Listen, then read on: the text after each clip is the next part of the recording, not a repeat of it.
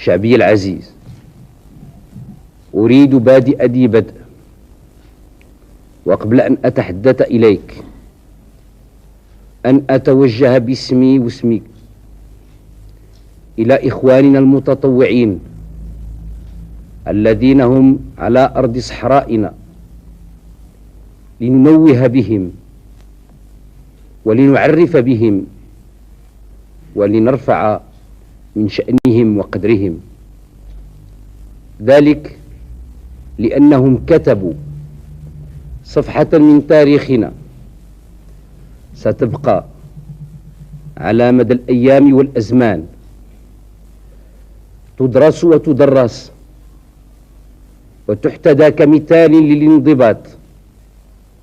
وللطاعة وللوعي وللاستماتة وللوطنية الحقة.